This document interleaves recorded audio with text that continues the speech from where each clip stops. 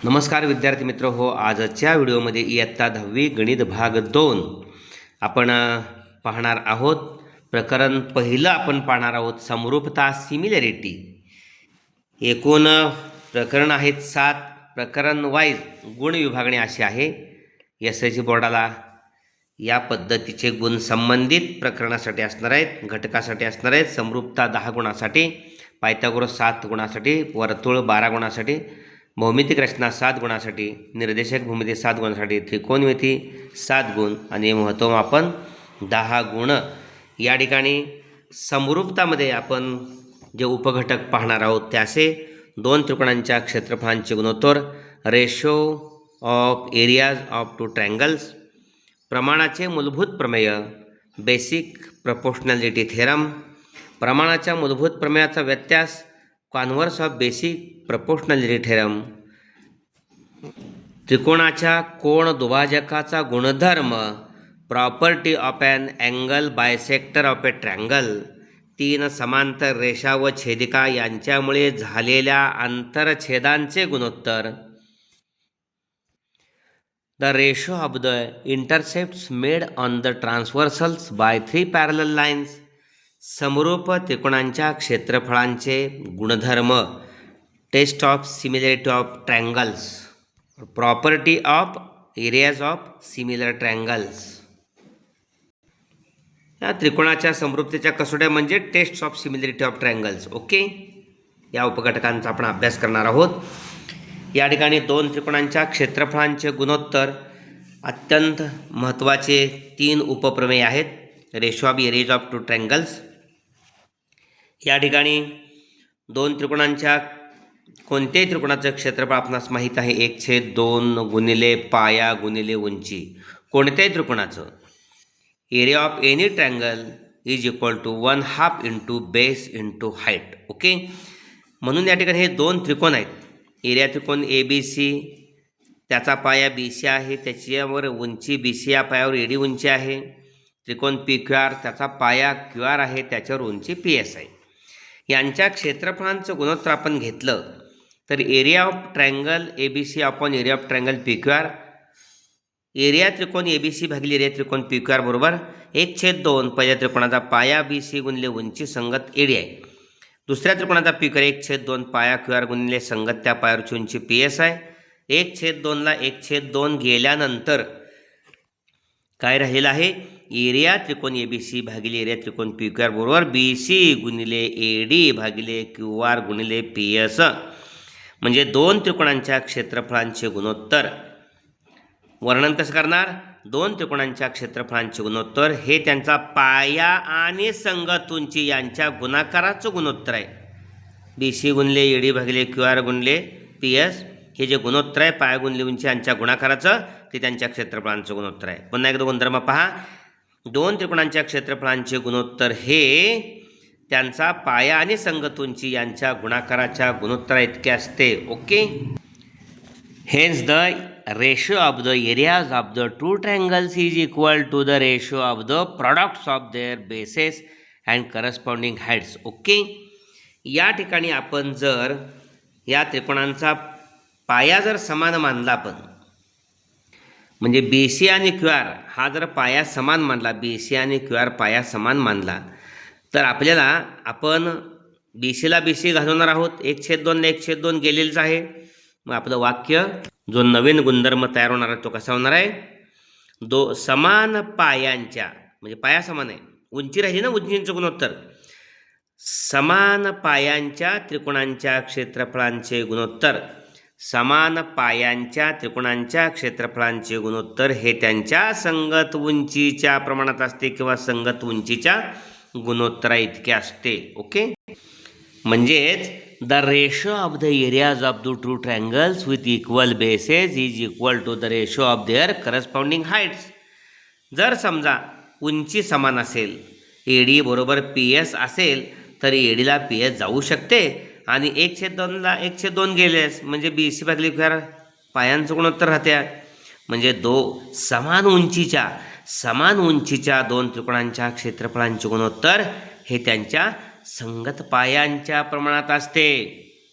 Okay, the ratio of the areas of two triangles with equal heights is equal to the ratio of their corresponding bases. Sorry, समान base असताना the ratio of the areas of two triangles with equal bases is equal to the ratio of their corresponding heights. Okay.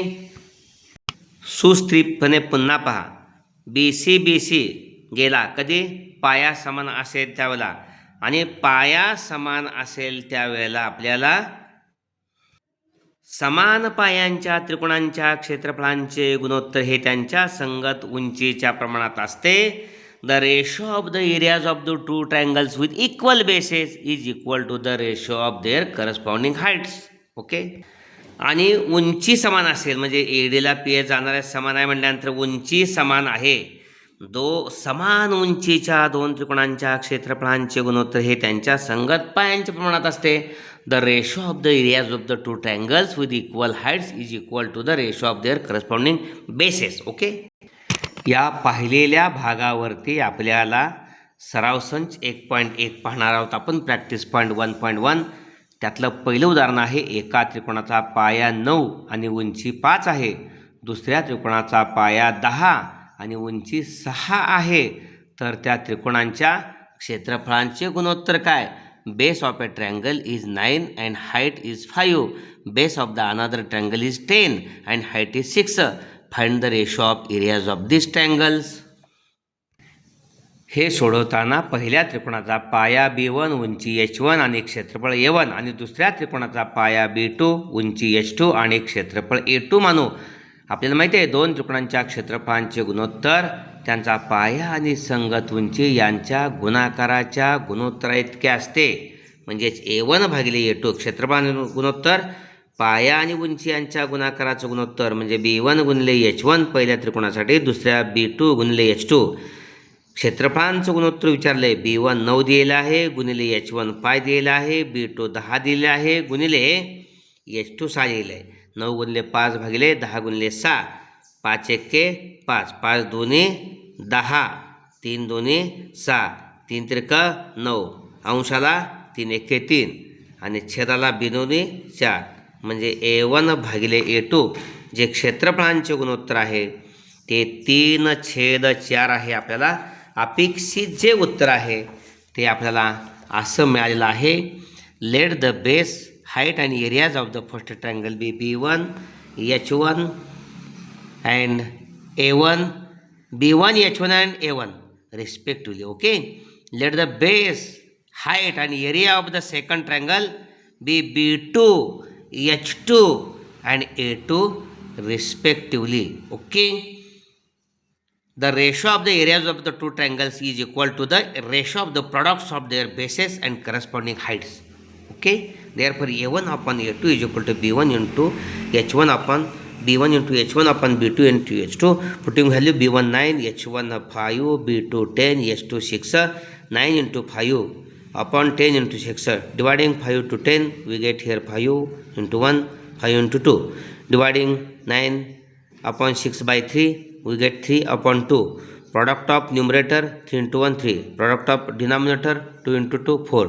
A1 upon A2 is equal to 3 upon 4. Okay. दुसरा प्रश्न आहे. आकृतीमध्ये BC लंब AB, AD लंब BC, BC बरोबर 4, AD बरोबर 8. तर area त्रिकोण ABC भागिले एरिया त्रिकोण ADB काढा. In figure BC perpendicular AB, AD perpendicular AB, BC is equal to 4, AD is equal to 8. Find the value of area of triangle ABC upon area of triangle ADB.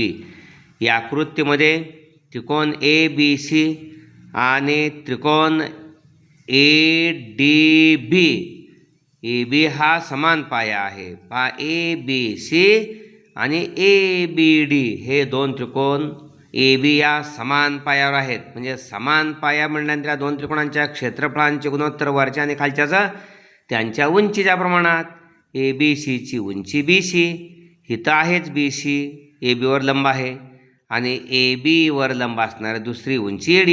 म्हणजे या दोन त्रिकोणांच्या क्षेत्रफळाचं गुणोत्तर उंचीच्या प्रमाणात म्हणजे BC भागिले AD. BC 4 दिल्या भागिले 8 4 एके 4 दुने 8 1/2. ओके. आकृतीमध्ये त्रिकोण ABC आणि त्रिकोण ADB यांचा पाया रेघ AB समान आहे. आपण पाहिलं समान पायांच्या त्रिकोणांच्या क्षेत्रफळांचे गुणोत्तर त्यांच्या संगत उंची या प्रमाणात असते. एरिया त्रिकोण ABC भागिले एरिया त्रिकोण ADB बरोबर BC भागिले BD. BC या ठिकाणी दिलेली आहे 4 आणि BD 8. 4 एके 4 4 दुनी 8 1/2 हा एरिया त्रिकोण ABC भागिले एरिया त्रिकोण ADB. Okay. Triangle ABC and triangle ADB have a same base AB. Areas of triangles with equal bases are proportional to their corresponding heights. Therefore, area of triangle ABC upon area of triangle ADB is equal to BC upon AD. Putting value 4 upon 8, dividing 8 by 4, we get 4 1 upon 2. Okay. 4 into 1 4, 4 into 2 8. Therefore 4 upon 8 is equal to 1 upon 8. प्रश्न तिसरा आहे. आकृतीमध्ये PS रेख PS लंब रेख RQ ही PS लंब RQ म्हणजे या QR या पायाला PS लंब आहे आणि QT लंब PR आणि ही जी QT आहे ती PRला लंब आहे. अशा परिस्थितीमध्ये RQ 6 दिलेला आहे, PS 6 दिलेला आहे, PR 12 दिलेला आहे आणि आपल्याला QT काढायची आहे. Okay. In the following figure segment PS perpendicular segment RQ and segment QT perpendicular segment PR. And what is given if RQ is 6, PS is equal to 6 and PR is equal to 12, then find QT. या ठिकाणी त्रिकोण PQR आहे असा विचारात घेतला तर याचं क्षेत्रफळ 1/2 पाया QR गुणिले उंची. QR काय आहे 6 आणि PS पण 6 आहे म्हणजे 1/2 गुणिले 6 गुणिले 6. 2 6ला भागलं 2 त्रिके 6 18 युनिट आलं म्हणजे एरिया त्रिकोण PQR चौरस एकक इंग्रजीमध्ये युनिट स्क्वेअर. ओके. चौरस एकक हे 18 म्हणजे एरिया त्रिकोण PQR आत्ता आपण भेटलं QR पाय आहे त्याच्यावरची उंची PS आहे 6 गुणिले 6 36 भागिले 2 किंवा 2 त्रिके 6 6 18. आता याच त्रिकोणाचं क्षेत्रफळ आपल्याला PQRचं क्षेत्रफळ पाया PR घ्यायचं आहे आणि त्याच्यावरची उंची QT घ्यायची आहे. म्हणजे एरिया त्रिकोण PQR बरोबर 1/2 PR गुणिले QT. क्षेत्रफळ त्याचं 18 आलेलं त्यामुळं QT काढायचे आहे. एरिया त्रिकोण PQR बरोबर 1/2 गुणिले PR पाया गुणिले QT. PR 12 दिलेला आहे उदाहरणामध्ये 18 काढलेला आहे. 2 न 12ला हे गुणिले QT आहे. QT काढायचे आहे. 2 न 12ला भागलं 6 आलं आणि QTला गुणिले 6 आहे ते 18ला भागले 6 तर 18. QT बरोबर 3. Okay.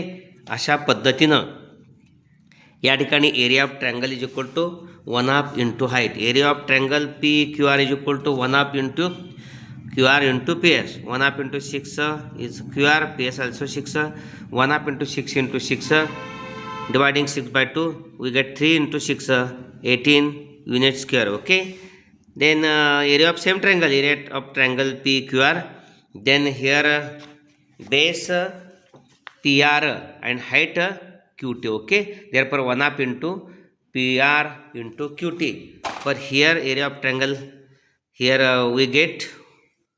we got here 18. 18 is equal to 1/2 into PR 12 into QT. Dividing 12 by 2 we get 6. 12 18 is equal to 6 into QT. QT is equal to, dividing both sides 6 or 18 upon 6 is equal to 3. Okay. QT is equal to 18 upon 6 is equal to 3. QT is equal to 3. पुढला प्रश्न आहे 4. शेजारील आकृतीमध्ये AP लंब BC AD समांतर BC. मग area त्रिकोण ABC area त्रिकोण BCD क्षेत्रफळांचं गुणोत्तर काढायचं आहे. हे 2 त्रिकोण आपण पाहिले. त्रिकोण ABC आणि त्रिकोण BCD हे दोन्ही त्रिकोण AD आणि BC या 2 समांतर रेषांमध्ये बद्ध आहेत. 2 समांतर रेषांमधलं लंबांतर समानच असतं कुठंही मोजलं तर. त्यामुळे दोन्ही त्रिकोणांची AP जी उंची त्रिकोण ABCची आहे तीच उंची त्रिकोण BCDची आहे आणि दोन्ही त्रिकोणाचा पाया बघा BCA या त्रिकोणासाठी BC आणि BCD या त्रिकोणासाठी BC. पाया एकच आहे, उंची समान आहे, साहजिकच त्यांची क्षेत्रफळे समान आहेत आणि समान क्षेत्रफळ आहेत म्हणजे एरिया त्रिकोण ABC बरोबर एरिया त्रिकोण BCD. या दोघांचं गुणोत्तर घेतलं तर 1/1 येणार आहे बरोबर, म्हणजे एकास एक या क्षेत्रफळांचे गुणोत्तर आहे. थोडक्यात मांडणी सविस्तर केलेली आहे. त्रिकोण ABC आणि त्रिकोण BCD हे दोन समांतर रेषांमध्ये बद्ध आहेत म्हणून या दोन्ही त्रिकोणाची उंची समान आहे. तसेच रेख BC हा पाया समान आहे, त्यांची क्षेत्रफळे समान आहेत. एरिया त्रिकोण ABC बरोबर एरिया त्रिकोण ABC दोघांचं गुणोत्तर घेतलं 1/1 येणार. कारण असं समजलं ह्या एकला एरिया त्रिकोण ABCला गुणिले 1 आहे आणि एरिया त्रिकोण BCDला गुणिले 1 आहे म्हणून एरिया त्रिकोण ABC पलीकडला 1ला गुणिले एरिया त्रिकोण BCD मागे घेतला बरोबर, पलीकडे 1 आहे आणि ABCला गुणिले 1 आहे तो पलीकडे 1/1. ओके, म्हणजे दोन त्रिकोणांच्या क्षेत्रफळांचे गुणोत्तर 1/1 एकास एक आहे. ओके, अशा पद्धतीनं triangle ABC and triangle BCD have a same base BC. The vertices of triangle ABC and triangle BCD lie on the parallel lines AD and BC. Hence the distance between two parallel lines is the height of the triangles. Distance between parallel lines is constant. Okay, समांतर रेषांमधलं अंतर स्थिर असतं. Area of triangle ABC and triangle BCD have equal heights. Areas of two triangles of equal bases and equal heights and equal. Areas of two triangles of equal bases and heights are equal. Therefore, area of triangle ABC is equal to area of triangle BCD. That means area of triangle ABC upon area of triangle BCD is equal to 1/1. That is, area of triangle ABC is area of triangle BCD is equal to 1:1. Okay, this is answer. अशा पद्धतीने हा video आपल्या सर्व 10वीतल्या विद्यार्थ्यांच्यासाठी share करा. तुम्ही त्याचा वापर करा.